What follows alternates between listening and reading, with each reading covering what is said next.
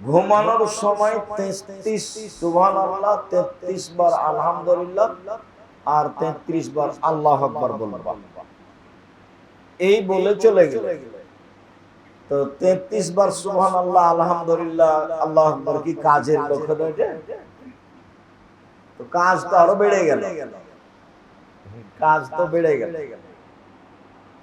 চাইলেন এক আর বলে গেলেন আর এক। জি, তাসবিহ করলেই আপনার যেগুলো প্রয়োজন সেগুলো মিটে যাবে। এটা হলো তাসবিহতে আল্লাহ খুব খুশি হন, তখন আল্লাহ আপনার মনের ভাবকে কবুল করেন। মুসা আলাইহিস সালাম বলছেন, আল্লাহ বলছেন যে মুসা তোমাকে তো ফেরাউনের কাছে যেতে হবে, ও সীমা লঙ্ঘন করেছে। বলছে আমার মুখে জড়তা আছে, আমি যেতে পারবো না।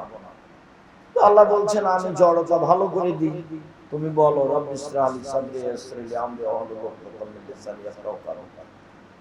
তখন মুসা আলাইহিস সালাম বলছেন ফেরাউনের পক্ষ থেকে আমার উপর একটা অভিযোগ আছে, আমি এক থাপ্পড়ে মানুষ মেরেছিলাম, গেলেই মারবে, আমি যাব না।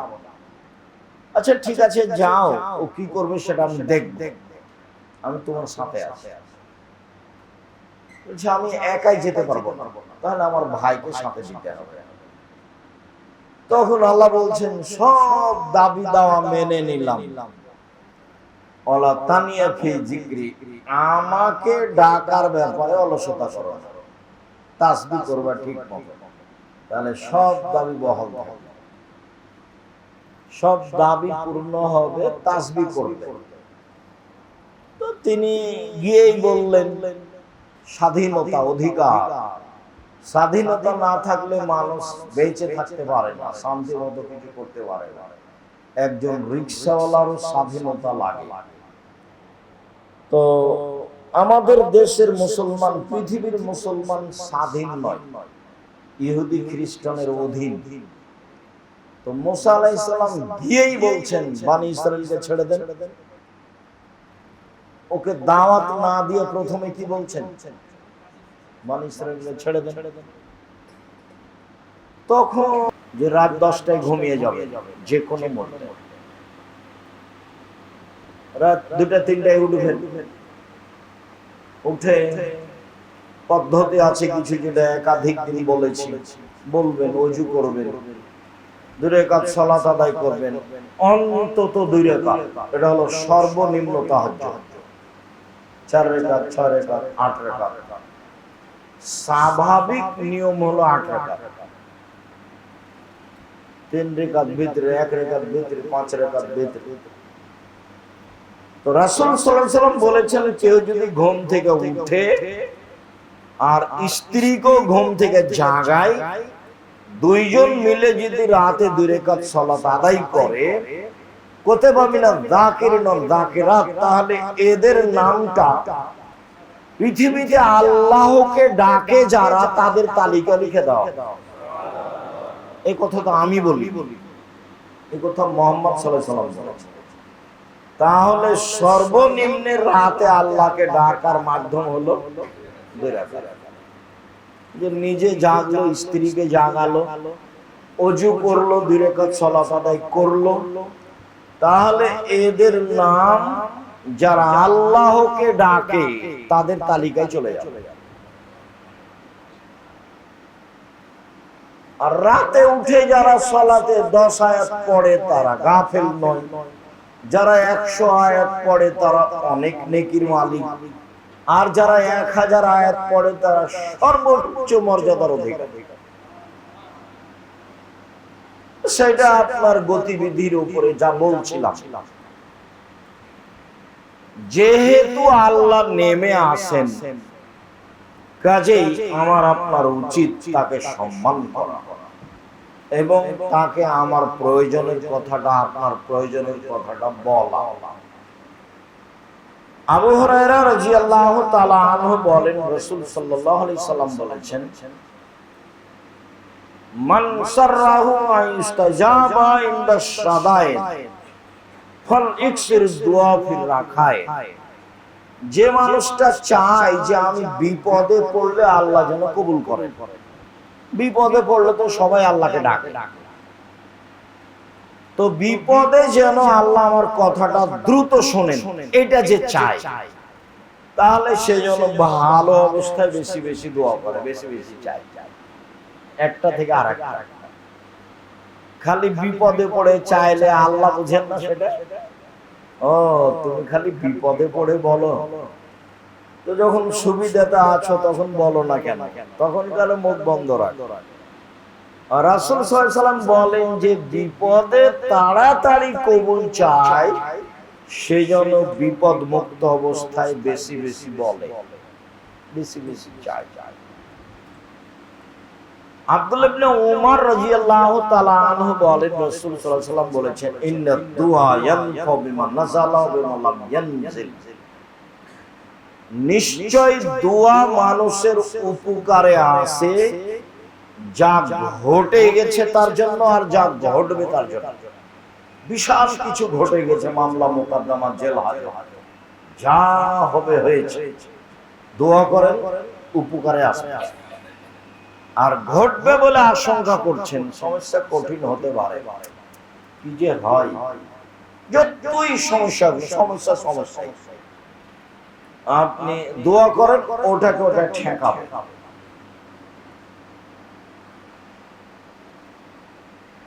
রাসূল সাল্লাল্লাহু আলাইহি ওয়াসাল্লাম বলেন যে মানুষ দোয়া করলে যেটা ঘটে গেছে সেটার জন্য কাজে আসে, আর যেটা ঘটবে সেটার জন্য কাজে আসে।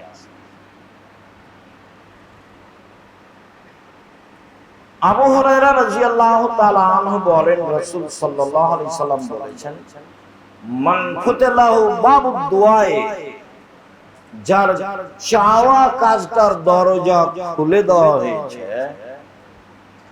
ফুতিহালাহু আবওয়াবুর রাহমাতে, তার জন্য রহমতের সব দরজা খুলে দেওয়া হবে। যখন আপনার চাওয়া কাজটা চালু হয়ে যাবে তখন আপনাকে মনে করতে হবে আমার দুনিয়াতে এবং পরকালে যা প্রয়োজন সব পথ খুলে যাচ্ছে। এই কথাটা আমি বলিনি, এই কথা মুহাম্মদ সাল্লাল্লাহু আলাইহি ওয়াসাল্লাম বলেছেন। মানুষ চাওয়া কাজটা চালু করলে ইহকালে পরকালে তার যা প্রয়োজন সব পথগুলো কি হবে, সব খুলে যাবে। চাওয়া কাজ চালু করেন না, তো যা হওয়ার তাই হচ্ছে। চালু করেন না কেন? করেন। আনাস রাদিয়াল্লাহু তাআলা আনহু বলেন, রাসূল সাল্লাল্লাহু আলাইহি ওয়াসাল্লাম বলেছেন, লা ইয়াসআলু আহাদুকুম রাব্বাহু হাজাতাহু কুল্লাহা, মানুষ অবশ্যই অবশ্যই যেন তার প্রতিপালকের কাছে সব কিছু চায়, হাত্তা ইয়াসআলা সিসআলা রিজাল কাতাম, এমনকি জুতা স্যান্ডেলের ফিতাও যদি ছিঁড়ে যায় তাহলে সেটাও যেন চায়। এখানে জুতা স্যান্ডেলের ফিতা মৌলিক কথা নয়, মৌলিক কথা হলো কম থেকে কম, একটা দা, একটা কুড়াল, একটা কোদাল, একটা খন্তা, যেটার খুব প্রয়োজন কিন্তু দাম বেশি না, যেটার খুব প্রয়োজন কিন্তু দাম বেশি। আমি দেখেছি যে দু একটা বাড়ি এরকম, কেউ যখন চাইতে গেছে তখন বলছে কি না কাজ করবা, চাইতে এসেছিস কিনগা। আর ওদের আম গাছের নিচে যদি কোনো ছেলে পেলে গেছে তখন যাই কে রে তোর পা ভেঙে দেবে রে, এই ভাষাগুলো আমার কানে শুনছে, মনে হচ্ছে কালকের কথা। মানুষ কত রকম। আবার একজন মানুষ, এরা আবার চাচাতো ভাই, একজন মানুষ ওর আম গাছের নিচে গেলে কেউ যদি যায় তাহলে আম নিবা, আম নিবা, আম নিবা, এখন কেউ নাই, উঠে পারে না, উঠে পারে না, উঠে পারে না। একই, এরা চাচাতো ভাই, নিজ চাচাতো। একজন বলছে কে রে ওর মায়ের ঠ্যাং ভেঙে দিত, এভাবে বলছে। আর একজন বলছে আমনি বা আমনি বা। এখন কেউ নাই, গাছে উঠা পড়া, গাছে উঠা পড়ে না, যে দড়িয়ে বলে, দড়িয়ে বলে, সব পথ বলে দিচ্ছে।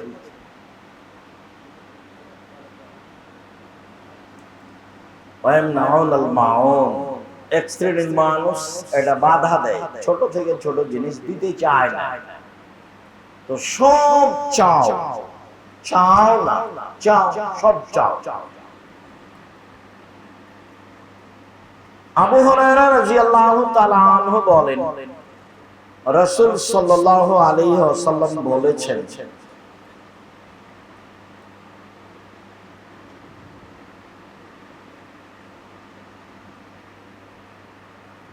কুল্লু দুআইন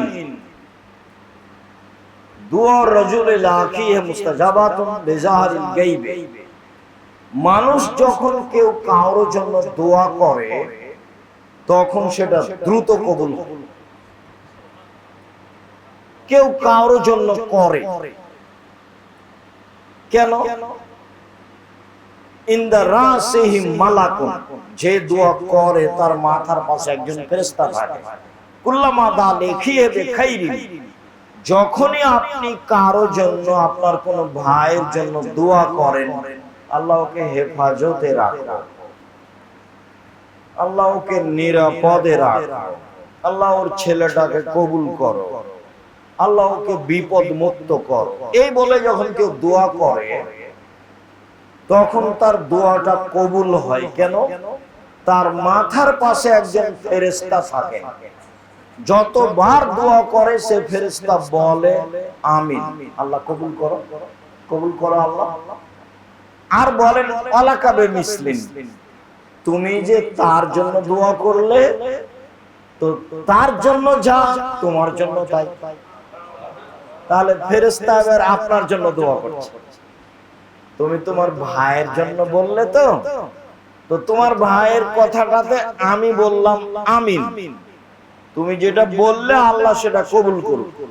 আর আমি আরেকটা বলি, তো আমি ফেরেশতা বলছি তোমার ভাইয়ের জন্য যা, তোমার জন্য তা, তোমার ভাইয়ের জন্য যা, তোমার জন্য তা, মানে ওটা ফেরেশতা বলছে।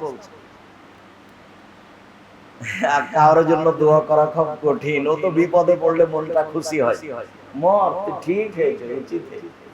এই জন্য আপনাকে আমি বলি, জীবনে দল করবেন না, সংগঠন করবেন না, সেটা যেটাই হোক, সরকারি বেসরকারি দিন ধর্মের, কোন দল করলেই আপনার ভিতরে সংকীর্ণতা থাকবে। কারো প্রতি ভালোবাসা বেশি হবে আর কারো প্রতি ভালোবাসা কমে যাবে। এগুলো আমি খুব বাস্তব দেখেছি। অল্প সময় কিনা দেখলাম না, দেখতে দেখতে বুড়ি হয়ে গেলাম। মনে হচ্ছে যে কালকে আমি প্রোগ্রামের জন্য বের হয়েছি। 90 সাল, 36 বছর চলছে। মাওলানা আব্দুর রব খুলনার জায়গাতে প্রোগ্রামে যেতাম, প্রথমে আসেনি তো আমাকে নিয়ে বগুড়া ফতে আলী মসজিদে যেতাম। তো যেটা বলছিলাম সেটা হলো এই যে কারোর জন্য বলবেন, মনে একটু দুর্বলতা থাকলেও, এই জন্যই যখনই আমি কথা বলি তখনই বলি যে একটু জামিয়া সালাফের জন্য দোয়া করবেন। কি বলবেন? আপনার দোয়ার সাথে বলবেন না আল্লাহ তুমি জামিয়া সালাফকে কবুল করো, এইটুকু। আর দানের ব্যাপারে বলেছি যে আপনার টাকা না হলেও জামিয়া সালাফে গড়বে, ইনশাআল্লাহ গড়বেই। তবে আপনার 10 টাকা না থাক, এটা আমি চাই। কেন? আমার একটা দৃঢ়তা কাজ করে, আমি প্রতিষ্ঠানের ব্যাপারে সফল হব ইনশাআল্লাহ। কেন? দুইটা কারণ। এক নাম্বার কারণ, আমি কোন প্রতিষ্ঠান নিজে গড়িনি, মানুষেরা জোর করে নিয়ে গিয়ে আমার উপর চাপিয়ে দিয়েছে। ডাঙ্গিপাড়া আমি নিজে আসিনি, 50 বিঘা জমির উপরে প্রতিষ্ঠান, অবাক হতে হয়। উত্তরবঙ্গে সবচেয়ে বড় মসজিদ, 2000-এর বেশি ছেলেরা পড়ে, 1000-এর বেশি মেয়ে পড়ে, 700-র অধিক মক্তব আছে, 700-র অধিক মক্তব আছে, একবারে তেতুলিয়া থেকে। অনলাইন আলিতে টিভি আছে, ক্ষুদ্র ঋণ আছে, ইমাম প্রশিক্ষণ আছে, যাবে ফিরি, আসবে ফিরি, খাবে ফিরি, থাকবে ফিরি, বই বই, একটা টাকা লাগবে। মসজিদের সভাপতি সেক্রেটারি যেন বারে মনে না, তো টাকাকে আমি বানাই, টাকা আপনি দেন। জামিয়া সালাফিয়া সরকারি অনুদানে চলে না, জামিয়া সালাফিয়া বহির্বিশ্বের কোন সংস্থা দিয়ে চলে না, জামিয়া সালাফিয়া কোন বিত্তশালী দিয়ে চলে না। জামিয়া সালাফিয়া আপনার আমার এই সাধারণ 10, 20, 50, 2000, 50,000, 5,000 টাকা দিয়ে চলে। অবাক হবে না কোন দিন বৈদেশিক কোন সংস্থার কাছে সহযোগিতার কথা বলি, তারা এত বড় কাজ করতে পারবে না, এটা আমার ধারণা কাজ করে। ছবি দিতে দিতে মরে যাবে না। অতএব এই পথে আসেন, একটু দোয়া করেন যে আল্লাহ তুমি কবুল করো, বাস। ওপরে কবুল হয়ে গেলে কাজ সহজ। আর কম থেকে কম, বেশি থেকে বেশি সাথে থাকার চেষ্টা করব, কম থেকে কম, বেশি থেকে বেশি।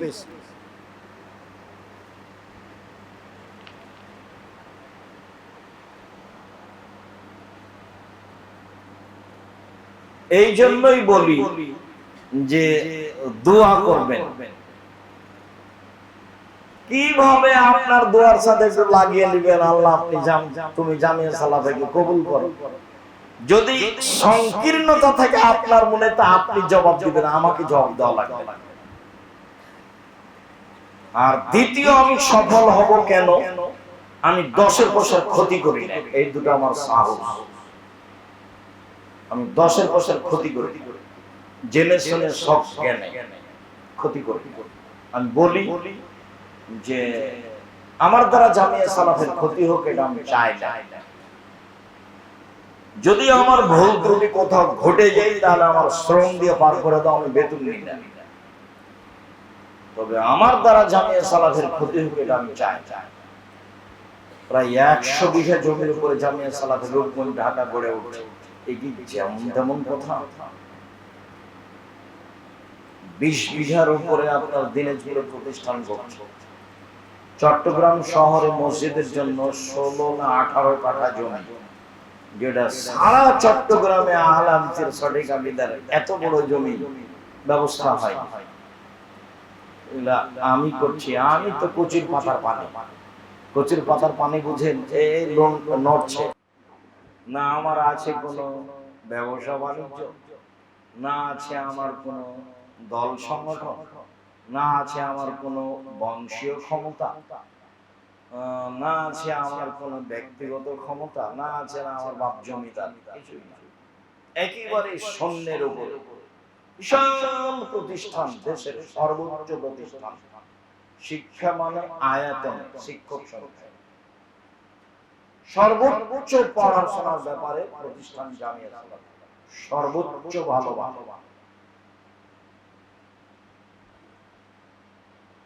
আমি চেষ্টা করি মানুষ হিসাবে, এবং আমি কাজে সফল হবই। আপনার ছেলে মেয়েকে আমি মানুষের মতো মানুষ করে গড়ে তুলতে এক পায়ে দাঁড়িয়ে আছি। যে কোনো মনে যা কিছু হচ্ছে আপনার পয়সা দিয়ে হচ্ছে, লাভ করে যাচ্ছে, আমি তো কোনোদিন দিইনি, কেউ দেয়, আপনারই দিনই ভাই কেউ হচ্ছে কি ভাবে? জামিয়া সালাফের রশিদ বই বাইরে ব্যবহার হয় না। কোন শিক্ষক যদি রশিদ বই নিয়ে বাইরে যায়, তাহলে জরিমানা হয়। রশিদ বই বুঝেন, ওখানে বাইরে কেউ জানে না, ছাত্র জানে না কিভাবে চলে, শিক্ষক জানে না কিভাবে চলে, নেবরাসের সদস্যরা জানে না কিভাবে চলে, আমিও ভালোভাবে বুঝতে পারি না কিভাবে চলে। তবে আমি কিছু কিছু বুঝতে পারি, কারণ আমি তো সবসময় মাঠে আছি, কেউ তো মাঠে নাই, আমি মাঠে আছি। আমি জনগণকে বলি, যেখানে যাই সেখানেই বলি, ছোট বড় সব জায়গায়। আপনাকে খারাপ লাগলেও বলি, আপনাকে ভালো লাগলেও বলি, এটা আমার কাজ, এটা আমি বাছাই করেছি। আর আপনাকে বলি, আলিয়াদু বলিয়া খায়রুম মিন ইয়াদিস সুফলা, দেওয়া হাত ভালো নেওয়া হাতের চেয়ে। বুখারী মুসলিম। ছেলে মেয়ে সবকে দেওয়া শিখাবেন, 5 টাকা হোক, 10 টাকা হোক, 5000 টাকা হোক, একটা কয়েন, একটা টাকা হোক, ফকিরকে দেওয়ার সময় তো বলবেন ছেলের হাত দিয়ে, আব্বু টাকাটা ফকিরকে দাও। ছেলে মেয়ে নিজে দেওয়া শিখবেন। কয়েন বুঝেন আপনারা? কয়েন বুঝেন না? 1 টাকা হোক, 5 টাকা হোক, 10 টাকা হোক, দেওয়া বুঝবেন। মানুষের জন্য দোয়া করে, ফেরেশতা আপনার জন্য, আমার জন্য দোয়া করে। রাতে উঠতে হবে, তাহলে বলতে হবে। আবু হুরায়রা রাদিয়াল্লাহু তাআলা আনহু বলেন, রাসূল সাল্লাল্লাহু আলাইহি ওয়াসাল্লাম বলেছেন, সালাসুত দাওয়াতুল মুস্তাজাবাতুল লা শাক্কা ফীহি, 3 শ্রেণীর মানুষের দোয়া কবুল হবেই। তার এক শ্রেণীর মানুষ হচ্ছে পিতা, বাপ মায়ের দোয়া কবুল হবে। 2 মাজলুম, এই জন্য কারো প্রতি জুলুম করবেন না। যতই ক্ষমতা হোক, যতই দাপট থাক না কেন, টিকতে পারবেন। একদিন না একদিন পরাজয় হবেই। 17 বছর পরেও পরাজয়। সময় 45 মিনিট। ক্ষমতা দেখাবেন না জীবন, দাপট দেখাবেন না, মানুষের প্রতি জুলুম করবেন, অন্যায় করবেন না। মানুষ করতে পারে, এক আয়না ঘরে একজনের জন্য ছিল, আর একবার আসবে না তা নয়। তো জুলুম করলে ফল ভোগ করতেই হবে। ফেরাউন ডুবে গেছে, সময় 2-3 মিনিট। আদ সামুদ হারিয়ে গেছে, সময় 30 সেকেন্ড। আর আপনাদেরটা 45 মিনিট। জুলুম করবেন না জীবন। মাজলুমের দোয়া কবুল। আল্লাহ রাসূল বলছেন, ওয়ালাউ কানা ফাজিরা, মাজলুম যদি বদ হয় তবে তার দোয়া কবুল। এবার নিচে নামতে নামতে আল্লাহ রাসূল বলছেন, ওয়ালাউ কানা কাফিরা, মাজলুম যদি হিন্দু হয় তবে দোয়া কবুল। হিন্দুর জমি দখল করে নিয়েছেন, তখন হিন্দু বলছে আল্লাহর বিচার করেন, এটা কবুল হয় না। সময়ের ব্যবধান হতে পারে। স্বাভাবিকভাবে বেঁচে থাকেন, হালাল রুজি উপার্জন করেন, বাপের জমি জায়গা আছে, চাষ করেন, ছোট ছোট ব্যবসা করেন, চাকরি করেন, ছোট ছোট হালাল উপার্জনের পথে থাকে জরুরি। আর মুসাফিরের দোয়া কবুল, সফরে থাকলে দোয়া হবেই। রাসূল সাল্লাল্লাহু আলাইহি ওয়াসাল্লাম এভাবে বলেছেন। আবু হুরায়রা রাদিয়াল্লাহু তাআলা আনহু বলেন, রাসূল সাল্লাল্লাহু আলাইহি ওয়াসাল্লাম বলেছেন, তোমরা 3 ধরনের দোয়া করো না। 1, নিজের জন্য বদদোয়া করো না। এসব ঝামেলার মধ্যে বেঁচে থাকার চেয়ে মরাই ভালো। ঝামেলা যতই হোক, আত্মহত্যায় যেতে হবে। ঝামেলা মানুষের উপরে আছে। গরু ছাগল বুঝে ঝামেলা, ফেরেশতা বুঝে। ঝামেলা আস্তে আস্তে নেই। সমস্যা যতই আসুক, নিজের জন্য ক্ষতি চাইবেন না। 2, ছেলে মেয়ের জন্য বদদোয়া করবেন না। ছেলে মেয়ে মেরেছে, বকেছে, গালি দিয়েছে, উত্তর দিবেন না। তাড়াহুড়ো করে ওযু করে ঘরে আসে, এসে 2 রাকাত সালাত আদায় করে আল্লাহকে বলেন, আমি তো এই ছেলে চাইনি না, তো ছেলে আমাকে মারবে মানে, গালি দিবে মানে, আমি তো এটা চাইনি। ছেলে ফিরিয়ে দাও, এক্ষুনি দিতে হবে। সকাল হতে রাজি নয়, ছেলে ফিরিয়ে দাও, আমি তো এই ছেলে চাই। সকাল হতে ছেলে যেন আপনার হাত পা ধরে ক্ষমা নেই, আমরা বলে আপনি ওখানে বলে। আর অর্থ সম্পদের জন্য বদদোয়া করবেন না। এই সব টাকা পয়সা ঝামেলা, এই মামলা মোকদ্দমা, জমি জায়গা, মন খারাপ করবেন, ঝামেলা থাকবে, এটাই স্বাভাবিক। টাকা পয়সা আছে বলেই তো ফকিরকে 2 টাকা দিতে পারে। এতিম পালন করেন, 519 জন এতিম অসহায় আছে জামিয়া সালাতে। আপনার টাকাতে ধরা বেঁচে আছে, ওদের তো টাকা নেই। তা আপনি ব্যবসা বাণিজ্য টাকা ইনকাম না করলে কিভাবে ওদের রুজি হবে? কিভাবে? এক শ্রেণীর মানুষের উপরে আল্লাহ মানুষের রুজি রেখে দিয়েছেন, অবাক। কেন আপনাদেরকে বলি যে ব্যবসা করবেন, ব্যবসা করলে নবীদের সাথে থাকা যাবে কেন? এত কেন? দিন মজুরি করে খাবেন, তখন আল্লাহ রাসূল বলছেন, দিন মজুরকে টাকা দিয়ে দাও, টাকা দিয়ে দাও, টাকা দিয়ে দাও, ধ্বংস করার আগে টাকা দিয়ে দাও। তার মানে ও তো সন্দেহ হতে হতে শেষ। 500 টাকা পেয়েছে, 700 টাকা খরচ। আর চাকরি তো এই সাবধান, যেটা বেতন আছে তার 19 মিস করো না। কোন কৌশলে টাকা ইনকাম করানো, সেটা আত্মসাৎ। তাহলে দিন মজুরকে এইভাবে বললেন, চাকরিজীবীকে ওইভাবে বললেন, আর ব্যবসা তখন বললেন ব্যবসার সব যন্ত্র, জমি চাষের সব যন্ত্রপাতি ভালো লাগে, এতে মানুষের অন্তর শক্ত হয়, মানে খুব একটা পছন্দ করতে। আর ব্যবসা তখন বলছেন ব্যবসায়ীরা সত্যবাদী ব্যবসায়ীরা নবীদের সাথে থাকবে না, ইব্রাহিম আলাইহিস সালামের সাথে সাক্ষাৎ হয়ে যাবে, মুহাম্মদ সাল্লাল্লাহু আলাইহি ওয়াসাল্লাম। ব্যবসা করা সত্যভাবে, ব্যাংকে টাকা উঠে ব্যবসা করেন, একদিন পালিয়ে যেতে হবে আপনাকে, বাড়ি গাড়ি সব হারিয়ে যাবে। ব্যবসা চকলেট দিয়ে শুরু করেন, সমস্যা নেই, কলা দিয়ে শুরু করেন, সমস্যা নেই। আপনাকে চকলেট দিয়ে আমি করতে বলিনি, আপনার নিজের অর্থের গতি অনুযায়ী করবেন, ভালো হবে। বলছিলাম অর্থ সম্পদের জন্য বদদোয়া করবেন না। রাসূল সাল্লাল্লাহু আলাইহি সাল্লাম বলেন ইস্তাজাবু লিল্লাহি মা লাম ইয়াদু বিইসমিন ওয়া কাতিয়াত রাইন। মানুষের দোয়া কবুল হয় তিন কারণে হবে। এক, পাপের দোয়া করলে কবুল হবে, জেনা করার সময় আল্লাহ কেউ যেন না দেখে, চুরি করার সময় বলছে আল্লাহ কেউ যেন না দেখে, এগুলো দোয়া কবুল হবে। আর কাতিয়াতে রাহিমি, টাকা দিতে চেয়েছিল শ্বশুর দেয়নি, তখন আল্লাহ যেন তোর বাপের বাড়ি আর না নিয়ে যায়, বা যে টাকা দিতে চেয়েছিল তার সাথে সম্পর্ক না, তোর এখানে আসবেন, আল্লাহ যেন এখানে না নিয়ে আসে। এই সম্পর্ক ছিন্নের দোয়া করলে আল্লাহ কবুল করেন, আর তাড়াহুড়া করলে আল্লাহ দোয়া কবুল করেন না। তো সাহাবী বলেন তাড়াহুড়া কি জিনিস? সাহাবীগণ আগের গুলো ভালোই বুঝেছে, সম্পর্ক ছিন্ন করাও বুঝেছেন, আর পাপের জন্য দোয়া করা এটাও বুঝেছেন, কিন্তু তাড়াহুড়া বুঝেননি। তখন আল্লাহ রাসূল বলছেন তাড়াহুড়া বুঝলা না, দোয়া করে আর বলে দোয়া করলাম, কত দোয়া করলাম, কবুল হয় তারপর অলস হয়ে যায়, তারপর দোয়া ছেড়ে যায়, এর দোয়া কবুল। আমি সাধারণ মানুষ 40 বছর 50 বছর পর্যন্ত দোয়া করেন, মরা পর্যন্ত একটাই কথা বলে, যেটা আপনার কথার মধ্যে আছে, কবুল হলো কি না হলো আপনি কি জানেন?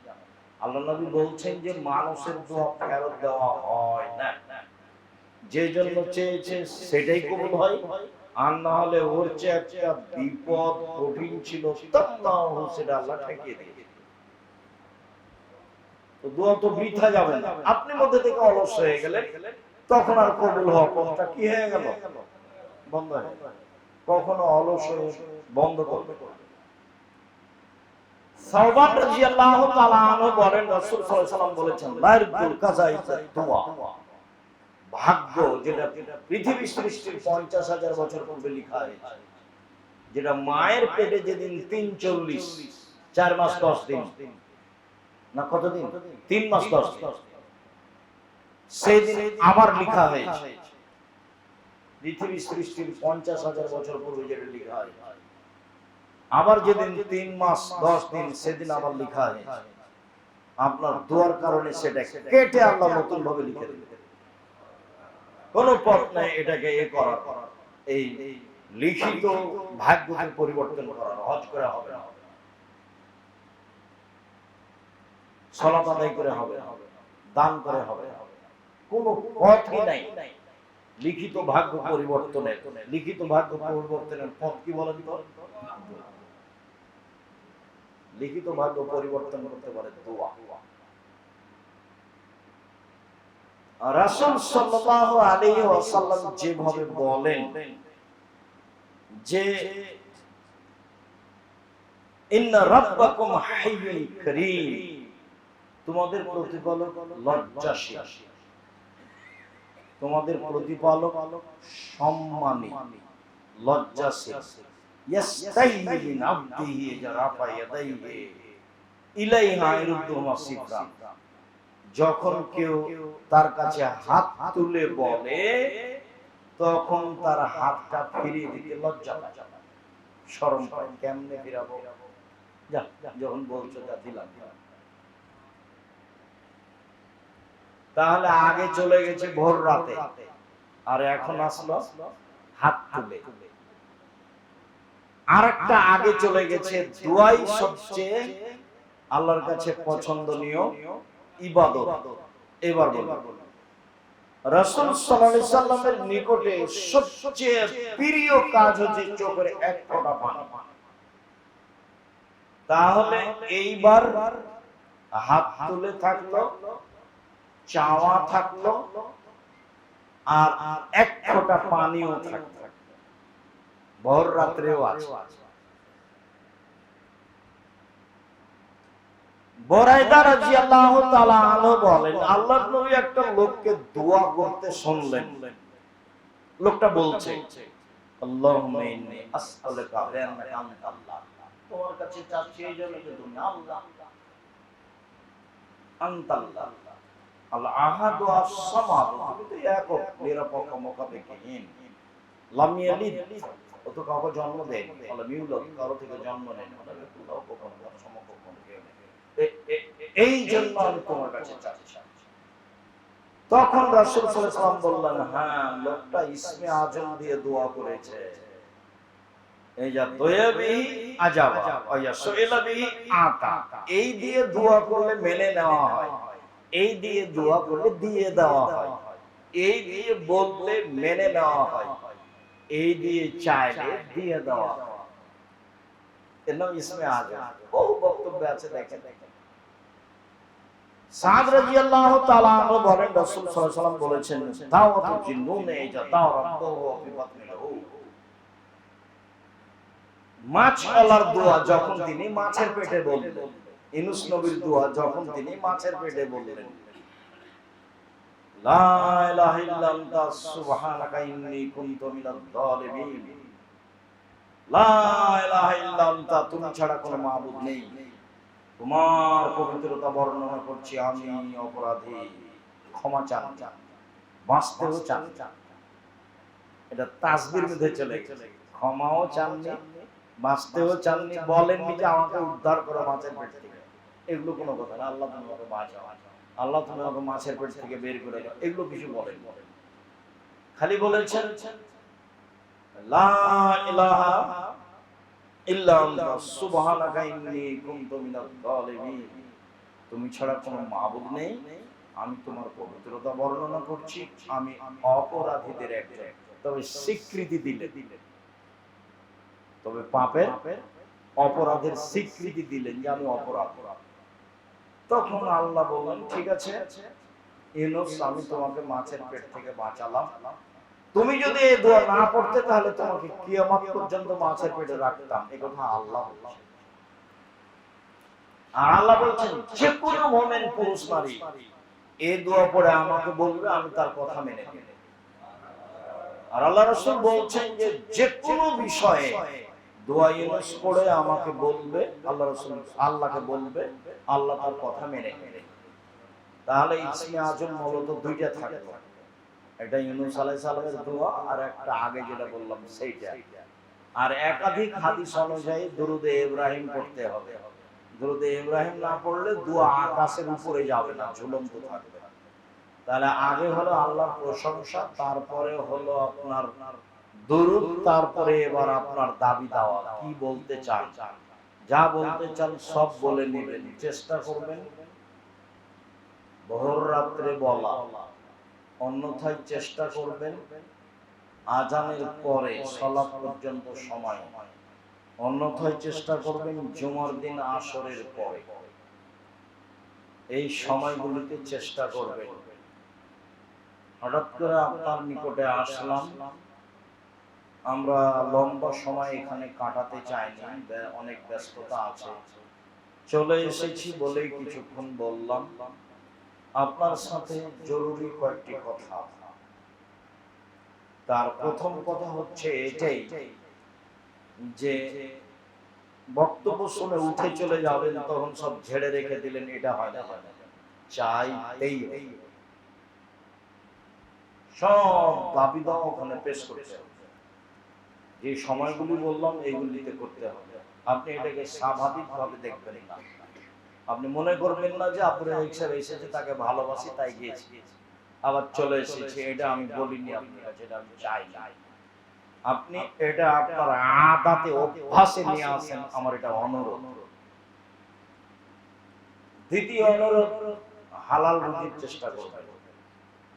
তৃতীয় অনুরোধ, কোরআন তেলাওয়াতে অভ্যাসী হবে। চতুর্থ অনুরোধ, আড্ডা পিটা থেকে বিরত থাকবে। আড্ডা পিটা দুই ধরনের। একটা হলো ঘন্টার ঘন্টা মোবাইল নিয়ে বসে থাকা, এই বেটি ছেলে নাচছে ভালো লাগছে খুলে বসে আছে, বাপ এক ঘরে, বেটা এক ঘরে, বেটি এক ঘরে, গজব। আর একটা আড্ডা পিটা, ঘন্টার ঘন্টা বন্ধু বান্ধব বসে আছে, রাত 12টা 1টা চলছে, এর নাম আড্ডা পিটা। আড্ডা পিটা টোটালি হারাম। বাড়িতে কারফিউ জারি থাকবে, 10টায় ঘুমিয়ে যেতে হবে, যে কোনো চেষ্টা করতে হবে। মানুষ মানে মাথায় জোরালো প্রস্তুতি থাকবে যে 10টায় ঘুমিয়ে যাবে। শেষের অনুরোধ, আমার মনে বড় সাপ, এদেশের মাটিতে আমি উন্নত মানের প্রতিষ্ঠান গড়বই ইনশাআল্লাহ, যেখানে ছেলে মেয়ে বাংলা, ইংরেজি, আরবি উন্নত মানের শিক্ষা অর্জন করে জাতির অন্যায়ের বিরুদ্ধে লড়বে মুখে কলমে মিডিয়ে। এটা আমার দিন রাতের দাবি। সে অনুযায়ী আমি আমার বুদ্ধিবিদ্যা অনুযায়ী জীবন বাজি রেখে চেষ্টা চালিয়ে যাচ্ছি। এই চেষ্টাতে আপনাকে বিবরণে বলেছি যে বর্তমান জামিয়া সালাফের অবস্থা এই।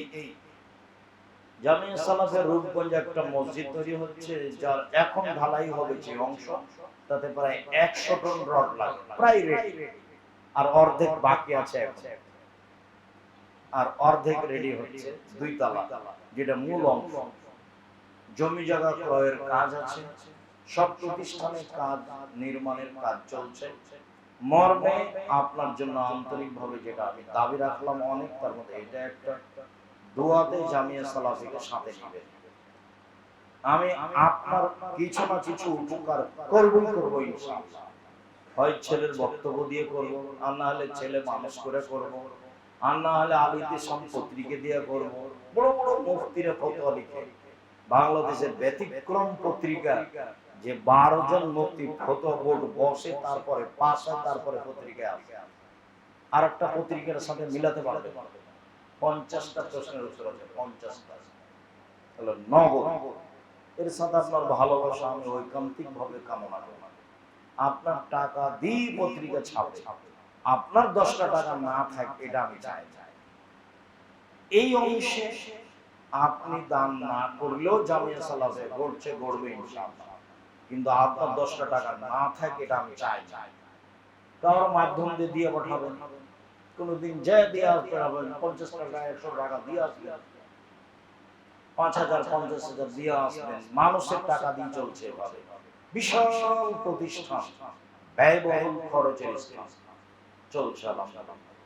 কাজেই আপনার মাথায় যেন কোনো সময় সংকীর্ণতা না আসে, যেভাবেই হোক আপনি সাথে থাকবেন দোয়াতে ও সহযোগিতাতে। আর এখানে এই সেন্টারটার জন্য ভালোভাবে চলে, আপনারা অনেকে এসেছেন, আমি খুশি হয়েছি। আসলে এটা জীর্ণ শীর্ণ অবস্থায় চালু হয়েছে, এটা যেন ভালোভাবে চলে, আপনাদের অলসতায় যেন এটা ক্ষতিগ্রস্ত না হয়। আপনারা যেন দেশ বিদেশের এলাকার আলেম ওলামা দিয়ে বৈঠকটা বহাল রাখতে পারেন, বিষয়ভিত্তিক দিন অবগত হতে পারেন। এ ব্যাপারে আমি আন্তরিকভাবে দোয়া করি। আল্লাহ আপনাদের এই মসজিদ এবং দাওয়াত সেন্টার আল্লাহ তুমি কবুল করুন, এবং আপনাদের আসা যাওয়া যেন সহজে আল্লাহ তুমি সহজ করে দাও।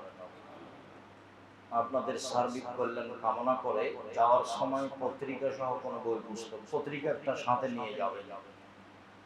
সাথে সাথে নিজের যাবতীয় প্রয়োজনগুলি আল্লাহর কাছে চাইবেন, এই অনুরোধটা জোরালোভাবে রেখে আজকের মতো আপাতত কথা এখানেই শেষ করলাম। সুবহানাকাল্লাহুম্মা ওয়া বিহামদিকা আশহাদু আল্লা ইলাহা ইল্লা আনতা আস্তাগফিরুকা ওয়া আতুবু ইলাইক। আসসালামু আলাইকুম।